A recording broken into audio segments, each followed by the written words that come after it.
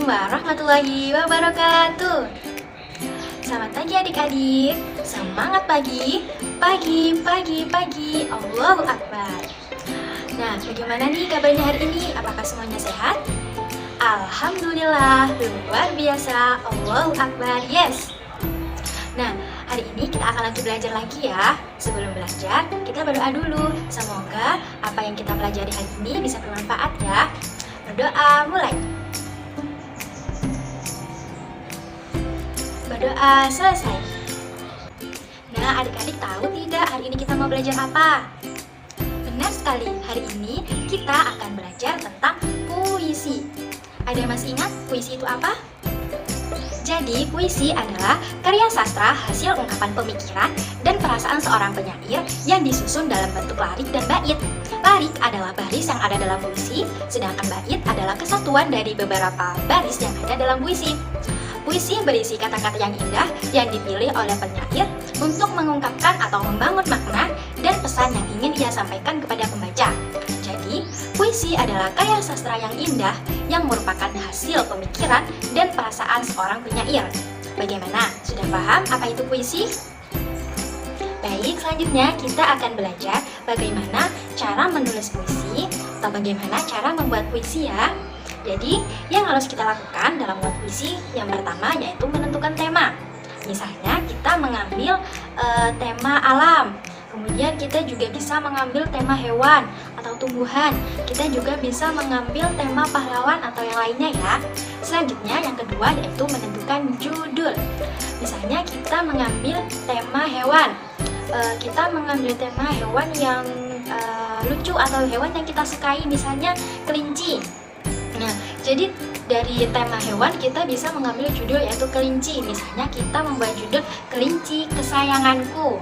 Nah, kemudian yang harus kita lakukan yang ketiga yaitu menentukan kata kunci.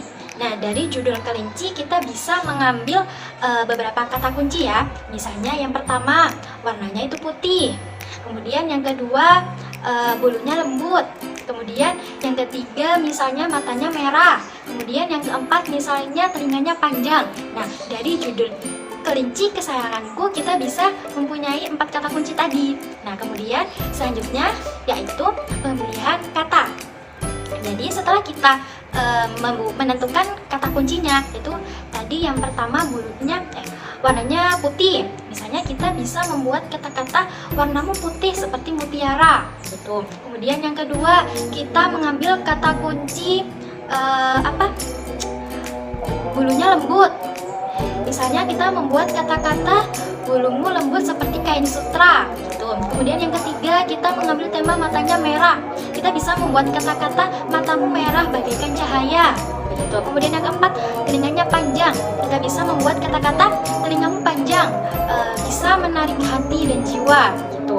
Kemudian yang kelima yaitu pengulangan kata rima atau pengulangan bunyi rima. Jadi dalam membuat puisi kita itu bisa menentukan rimanya atau sajaknya. Misalnya tadi kita membuat sajak a. Jadi huruf vokalnya itu semuanya a, yang belakang, yang terakhir. Nah, kita juga bisa membuat sajak ab atau kita juga bisa membuat aabb gitu. Bagaimana? Sudah tahu kan bagaimana cara membuat puisi?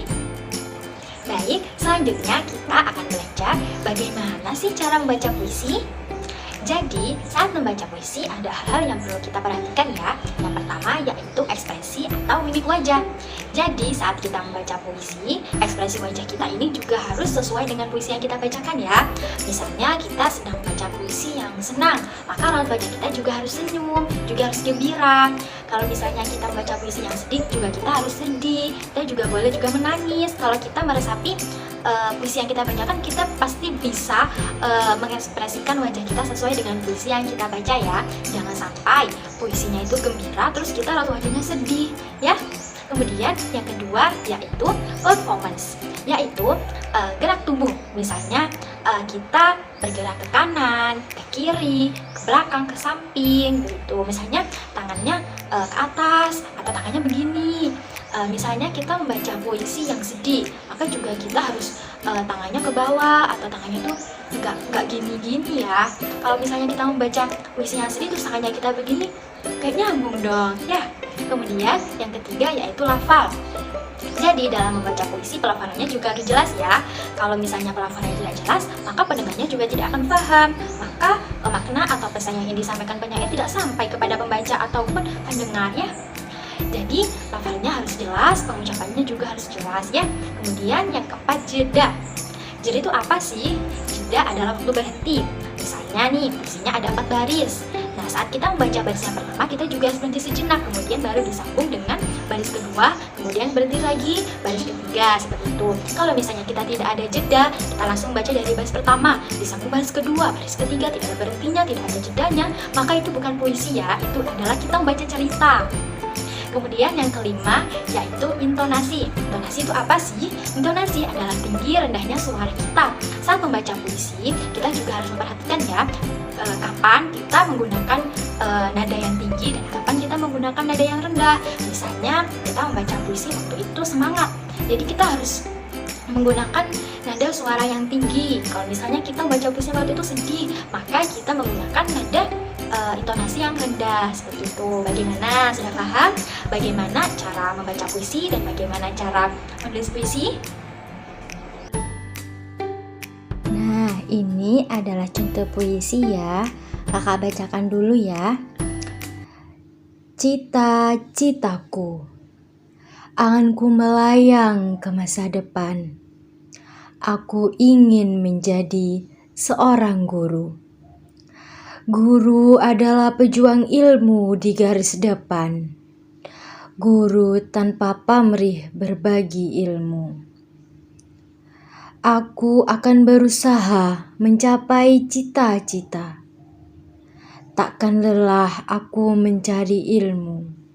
Takkan aku berpangku tangan saja demi mencapainya cita-citaku. Nah, kakak mau tanya nih, judul dari puisi yang kakak baca tadi apa? Benar sekali, judulnya yaitu Cita-citaku. Dalam puisi tadi ada berapa bait? Benar, ada 2 bait. Setiap baitnya terdiri dari berapa baris? Benar sekali, ada 4 baris. Jadi dalam puisi tersebut ada berapa baris? Ya, ada 8 baris. Kemudian kakak mau tanya lagi nih, makna dari puisi tersebut apa? Jadi maknanya yaitu seorang penulis tersebut bercita-cita ingin menjadi seorang guru, karena guru adalah pejuang di garis depan dan guru itu tanpa pamrih berbagi ilmu. Dan si penulis ini berusaha dan bersungguh-sungguh untuk mencari ilmu demi mencapainya cita-citanya. Baik, sampai di sini dulu ya pembelajaran kita hari ini. Untuk tugasnya, silahkan kalian membuat puisi, ditulis di buku tugas kalian ya. Sebelum pembelajaran ini kita akhiri, kita berdoa terlebih dahulu. Semoga apa yang kita pelajari hari ini bisa bermanfaat bagi kita semua ya. Berdoa mulai.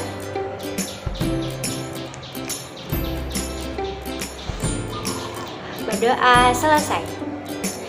Yang dapat saya sampaikan, kurang lebihnya saya mohon maaf. Wassalamualaikum warahmatullahi wabarakatuh.